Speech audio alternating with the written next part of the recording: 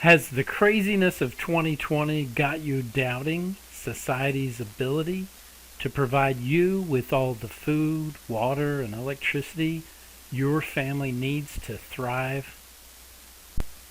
In the children's story of the Little Red Hen, all her neighbors were happy to sit around and do nothing while the Little Red Hen did all the work to provide for her needs. If you're a little red hen, like we are, you'd love to produce all the life-sustaining needs for your family in a safe, healthy, agricultural environment, whether or not the city or the grocery store can provide those needs for you. And that is exactly the purpose of the Riverbed Ranch modern homesteading community. We invite you to join us in this video tour of the Riverbed Ranch and decide for yourself if we can help your family achieve the level of self-reliance that you seek. Wait, if you haven't seen one of our introductory videos explaining Operation Self-Reliance and its relationship to the Riverbed Ranch, we invite you to do that now so that you have the big picture of what we're doing here. Oh, let's clear up a couple of preliminaries before we start the tour. The Riverbed Ranch homesteading community is owned and operated by the Utah OSR Land Cooperative, which is a nonprofit agricultural co-op established under Title III of the Utah Code. That law gives lots of benefits to small agricultural producers, and were you to join the co-op, you would gain all those benefits.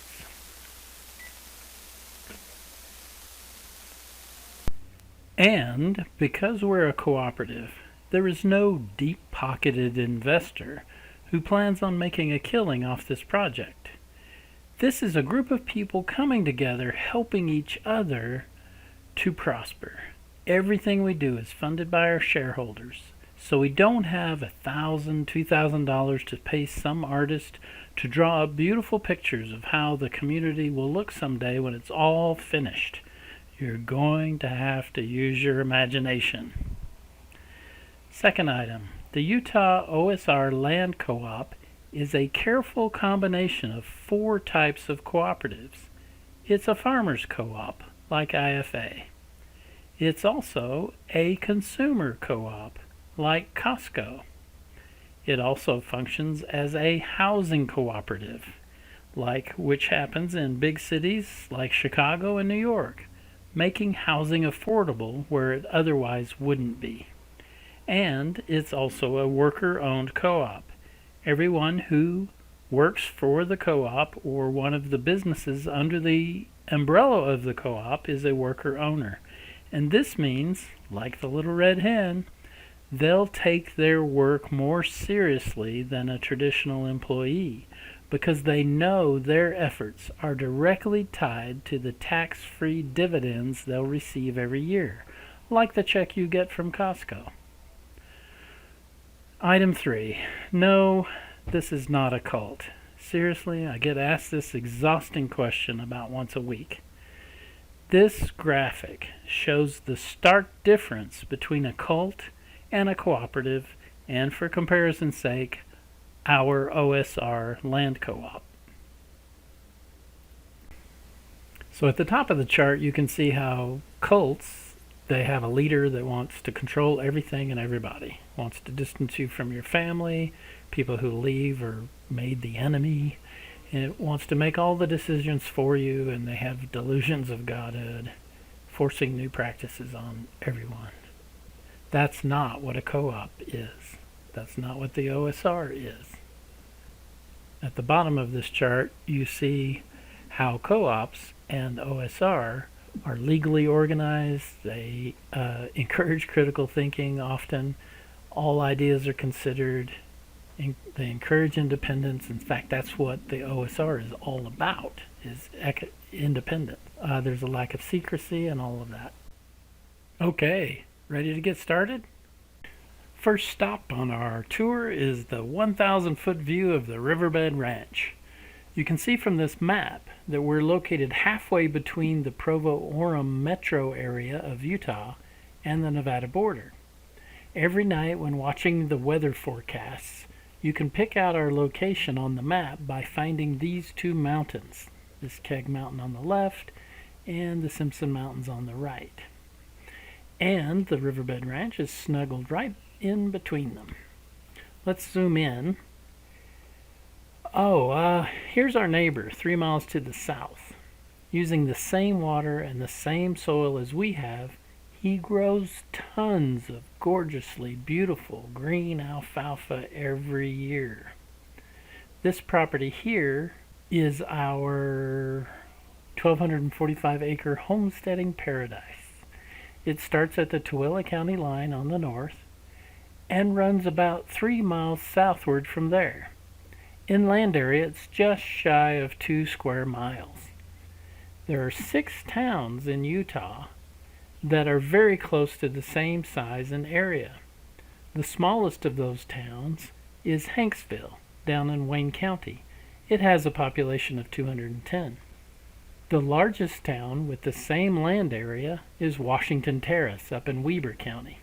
It sits between Ogden and Hill Air Force Base and has over 9,000 citizens. We're guessing we're going to top out somewhere between 800 and 1,000 people.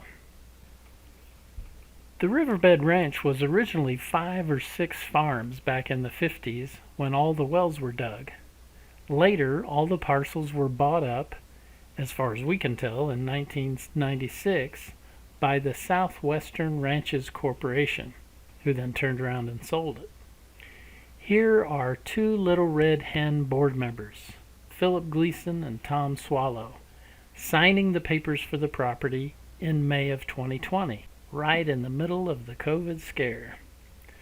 As you can see here from the Juab County land records, the Utah OSR Land Co-op now owns all 9 parcels. It's official. The property comes with 2,855 acre-feet of water rights. That's nearly 1 billion gallons of water. There are 5 wells on the property. So far, in fact, we can zoom into each well here and see the well logs showing how deep the well is, when it was dug, and how many water rights are currently assigned to it. That's a nifty little map. Now let's take a look at our plans for how we're developing our little homesteading paradise. Again, this area is about 3 miles long. The southern half is all laid out for homesteads, and the northern section, which is about 600 acres, will be used by the co-op members to produce agricultural products either for the co-op itself or as a co-op or private business under the umbrella of the co-op. Now the Riverbed Ranch is surrounded entirely by public lands. On the east, south, and southwest sides, it's all Bureau of Land Management land.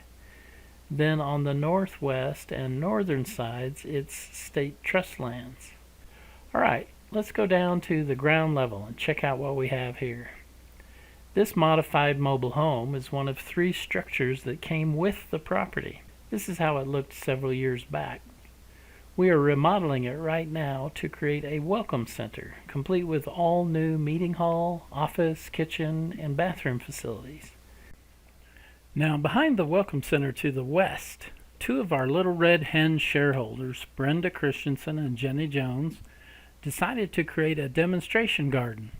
So we brought in a huge truckload of biomass to help the sandy loam better retain water, built a fence, and the ladies planted lots and lots of garden veggies. Almost everything they planted grew just great, especially the potatoes. Now let's just go east of the Welcome Center to the old block house. This house was condemned years ago as the cement foundation was all broken up.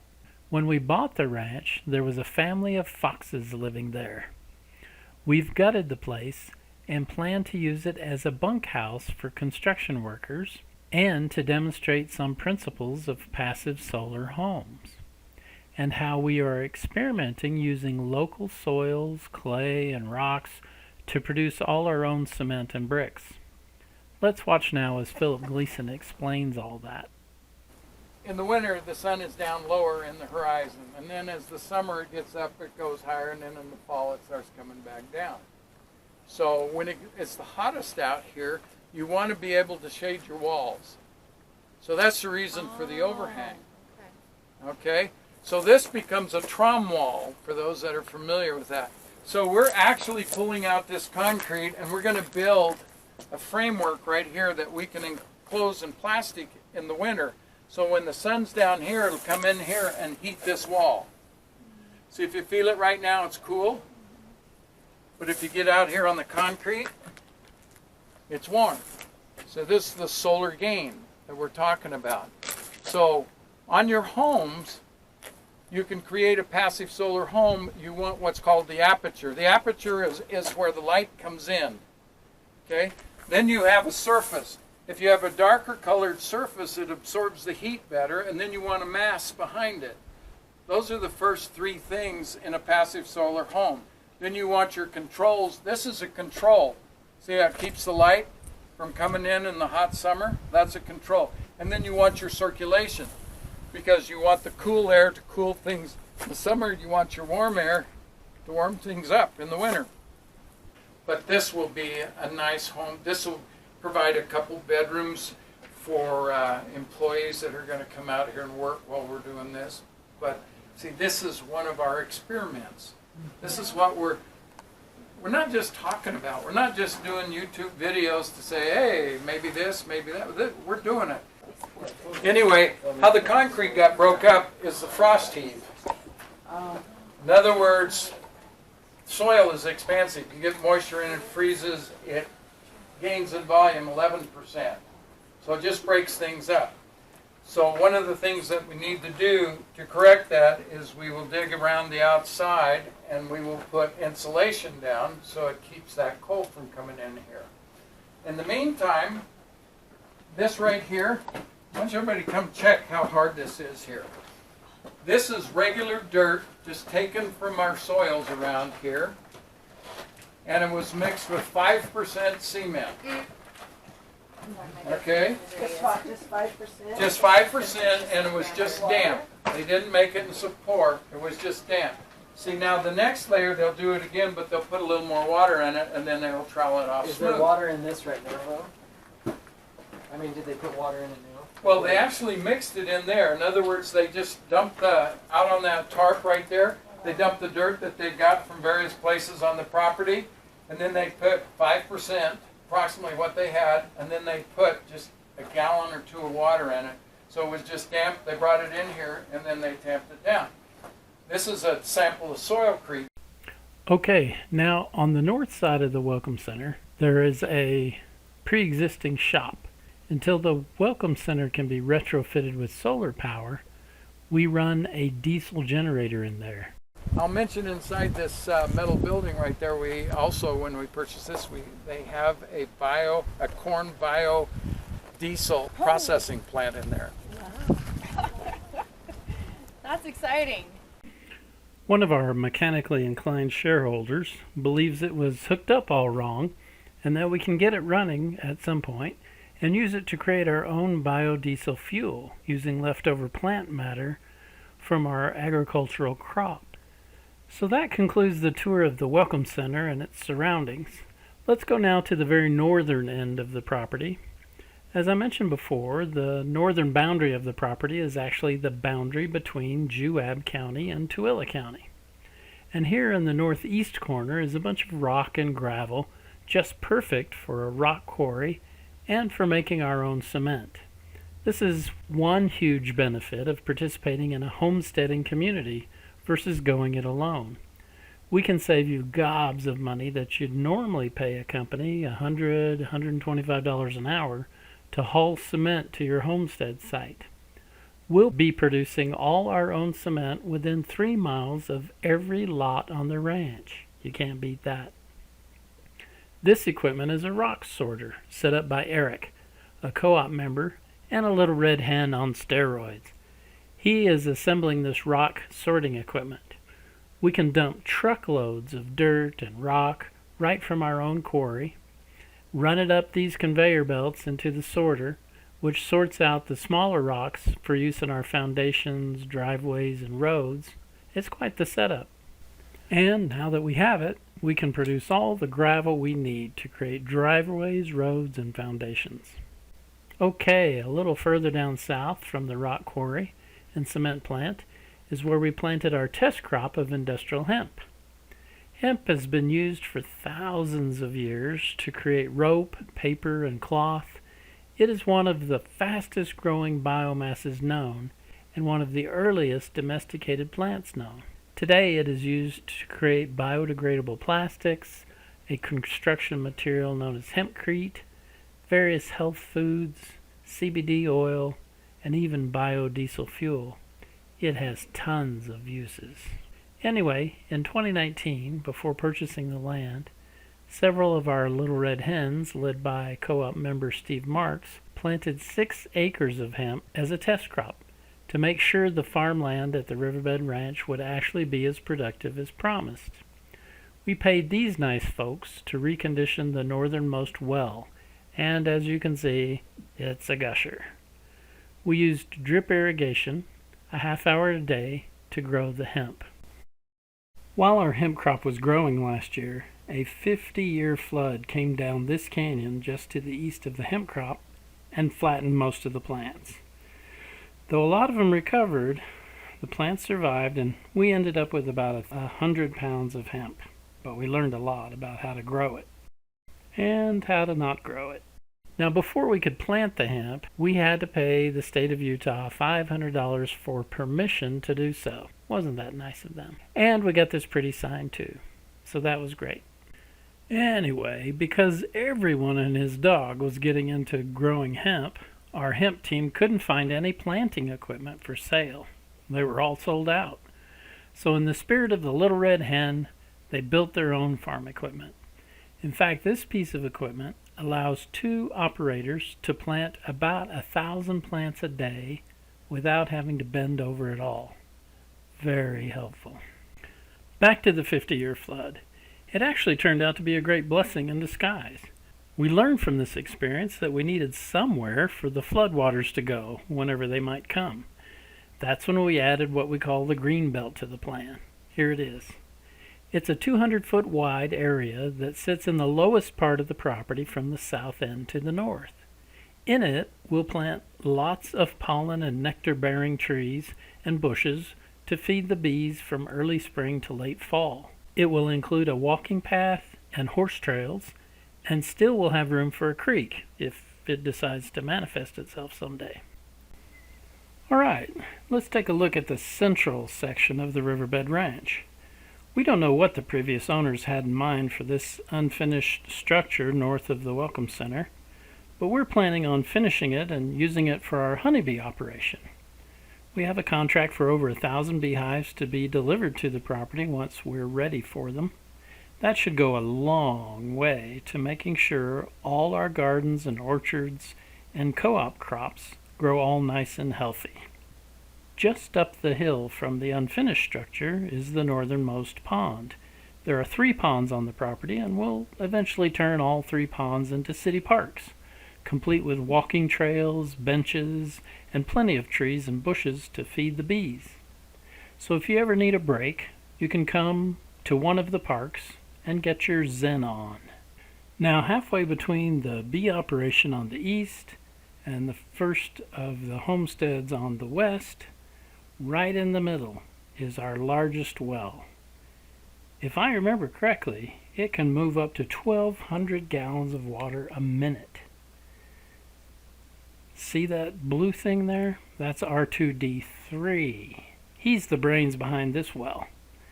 Sadly, before the clumsy previous owners burned up their 2 diesel generators, this well provided all the water needed for that giant irrigation pivot to the south there. These pivot things are huge, but they're also very inefficient. You know how, if you live here in the western U.S., your towns ask you all the time to preserve water by not watering during the day. That's because your sprinklers, like these pivots, spray out gobs of water into the air that just evaporates and never reaches the ground, which is super wasteful.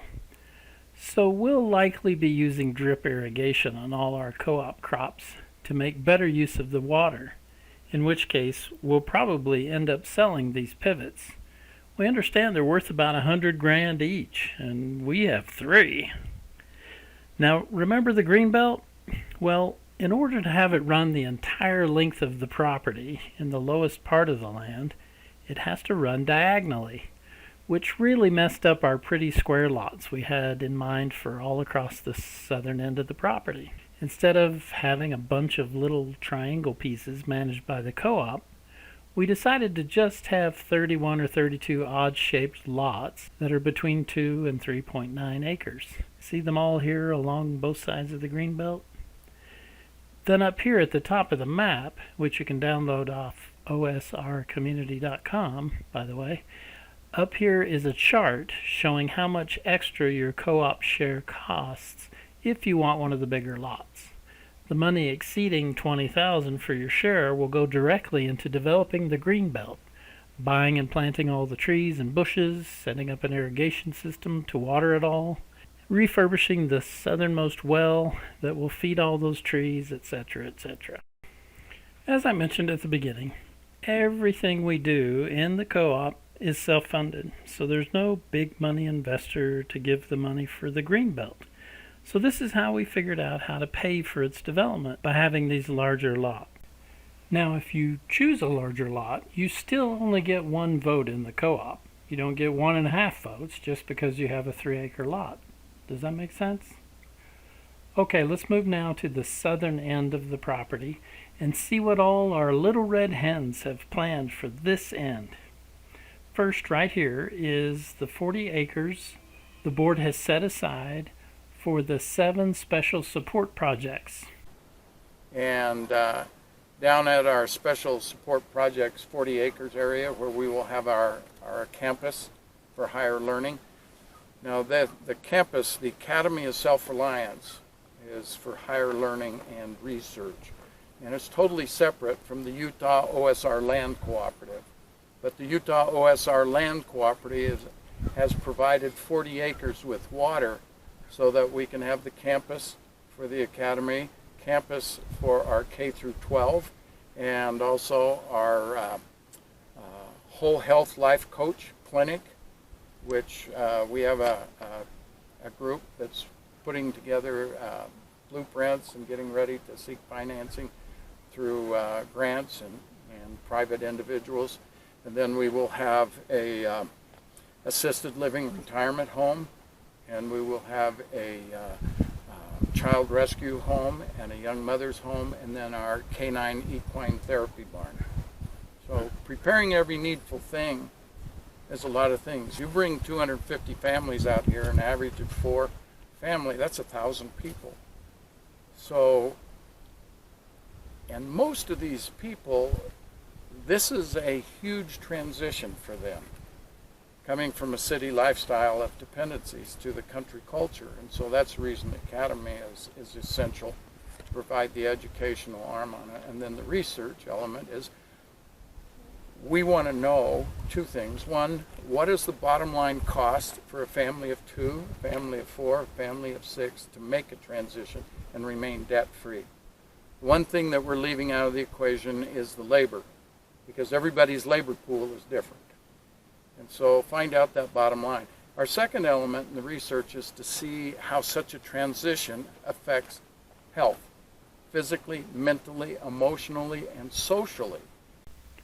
We decided on this location because it's the land with the shortest distance between the county road and someplace central to all the homestead lots, so visitors will have quick access to our downtown.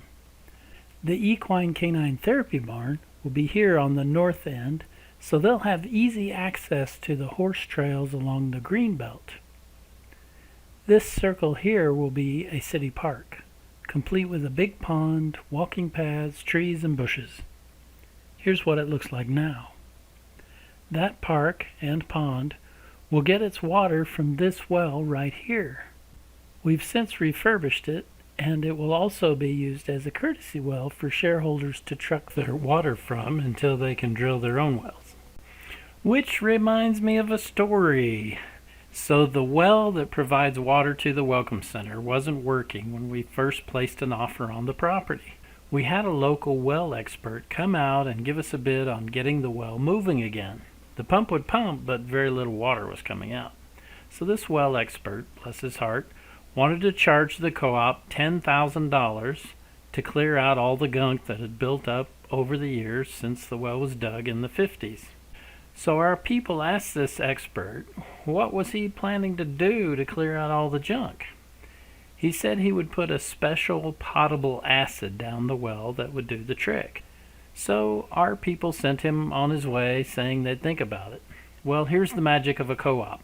Our little red hens put their heads together and figured out that the special acid that the well expert was going to use was none other than vinegar. They went down to the grocery store, bought 15 gallons of vinegar, and dumped it, 5 gallons at a time, down the well. So because we had lots of people pulling together, we saved $9,550 on getting that well going again. That's the power of a cooperative effort. Let's see, what's next? Oh, see this red line surrounding the property, the one with all the little X's in it?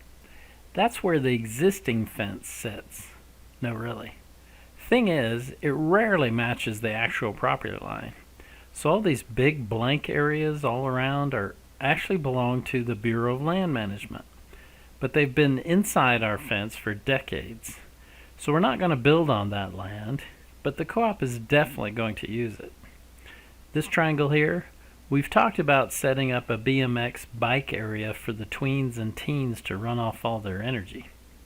Oh, and the Academy of Self-Reliance campus will have a large ropes course set up, which will also serve the Child Rescue Center kids, as well as the co-op members. These other areas are likely to be used by the co-op depending on what plans the members come up with for things like grazing sheep or planting crops or whatever. Now, there are 3 places where the property actually lands outside the fence. And in those cases, we'll just move the fence to match the property line. Okay, let's drive down now to the southern end of the property, to the last well. Now this whole area was built years ago during the 75-year flood that came from the south. A previous owner built up a long dike right along here. This is also another irrigation pond, which will turn into another city park. In fact, the largest. Now this well is doing okay. It needs some upgrading, but right now we have it pumping water into a barrel just inside the pond here. If you squint, you can see what we're watering. See them? Bees. Last year, before the winter set in, we received these hives. You may be familiar with the problems honeybees are having today. There are 1 million beehives that fail every year. Yes, the population of honeybees is staying level, but that's artificial. The only reason the number of hives stays level is that beekeepers keep setting up 1 million new hives every year. That's completely unsustainable. Any glitch in the system could throw that completely out of whack. In fact, today's queen bees typically live for less than 1 season, where they used to live for over 1 season and sometimes over 2. So the bee population is really under a lot of stress. One particular reason is almond milk, and I'm partially to blame for that. I love almond milk. Problem is, most of the large bee operations west of the Mississippi take their hives to California for the spring and the summer to pollinate all the almond trees. Sadly, the almond growers spray insecticides and herbicides all over the place, and the bees have a really hard time dealing with that. So anyway, last fall we ended up with 85 or 90 rescue hives from the almond groves. These were hives that were going to be destroyed, and we said, hey, we'll take them. We'll set them out here about 100 yards from the southern well and see if we can't nourish them back to health. So All winter long, several of our little red hens in the co-op fed the bees sugar water to give them as much backup food as we could. Only 4 of the hives survived, which are the bees you see in this picture. Okay, last story. I will tell you how I picked my lot. Actually, how my lot picked me. When I first came to the Riverbed Ranch in the spring of 2019 and was doing my first tour, Philip Gleason was the tour guide that day, and we were walking along the dike right along here, and he was talking about something, and I kept being drawn to look east along the dike, up the trail where the bushes are growing, and I just kept thinking, man, I have got to go over there. And I thought, we're about to leave, so I better run. So I ran over there, came up out of the riverbed area, up through the bushes, and out into the beautiful field of flowing amber waves of grass. Oh my gosh, the heavens opened, the choirs were singing, the band was playing, the elephants were trumpeting, and I mean, holy cow, it was like, this is your spot. And that's how my spot picked me.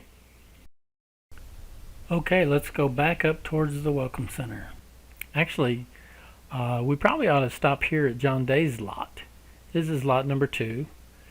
You can see from this video that John is anxiously engaged in experimenting with compressed earth blocks, or CEB.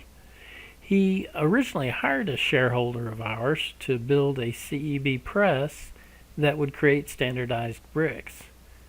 John has experimented quite a bit with various soils and rocks found around the Riverbed Ranch, and I believe he's found a good source for materials to create bricks. So while our guy is building his CEB press, John went ahead and purchased another press, this red one, and as you can see, they produced a good number of bricks. The only problem with this press is that it's difficult to produce all the bricks to be the exact same height, which creates a problem when you try to build a house out of them. So anyway, John is the guru of compressed earth blocks in our group. He believes, in fact, that it is the only way to go with building a house out here. But, you know, many of us are going to do other styles of passive solar homes and believe they will work just fine for us. Now, the road follows along the fence line here, then cuts northeast and goes along here until it reaches this fence, where it follows it along here. Now, you see the road as a blue line above this. So this big area here is being developed as an RV campground. There's a big hill right here. That's the one with the green water tank sitting atop it. Then all of this area is starting to be developed for the first 20 or 25 camping pads out of a total of 100. We'll have to pay as we go on this project. But the idea is the same as with the pioneer wagon trains that came to Utah back in 1847, where every night they'd circle the wagons and eat together and socialize. So we're offering the same thing to our members so that they can get to know their future neighbors and build some camaraderie while they're out here building their homes. Many of our shareholders can't afford to build a home unless they sell their current home, and several of them have. Some are planning to rent and then come out to work on their property, or they've actually already moved to the property and are living in their RVs. Then later, when all the homes are built, this RV campground can become an income generator for the co-op when the tourists come to visit. If you've watched our first intro video, we mentioned the cooperative community in Peru called Granja Parcon. Their community has gained such a worldwide following that they now have a booming tourism industry. So this campground will accommodate that once the Riverbed Ranch becomes a destination spot someday. A while back, a couple of our co-op members, like the Little Red Hen, put in a bunch of work to organize a stargazing camp out at the ranch. 87 people came, about half were kids. Here's a video of a bunch of the kids who wanted to go on a hike and climb up the hill where the water tank sits above the Welcome Center. And here's the view from the top. Isn't that awesome? So, that concludes our tour. If you were an action-taking, make-it-happen little red hen kind of guy like we are, and would love the opportunity to create your own off-grid homesteading paradise, then while you watch some scenery shots from the Riverbed Ranch, I'll share with you various ways you can get your questions answered, connect with existing shareholders, download our information packet, and more. Thanks for joining us.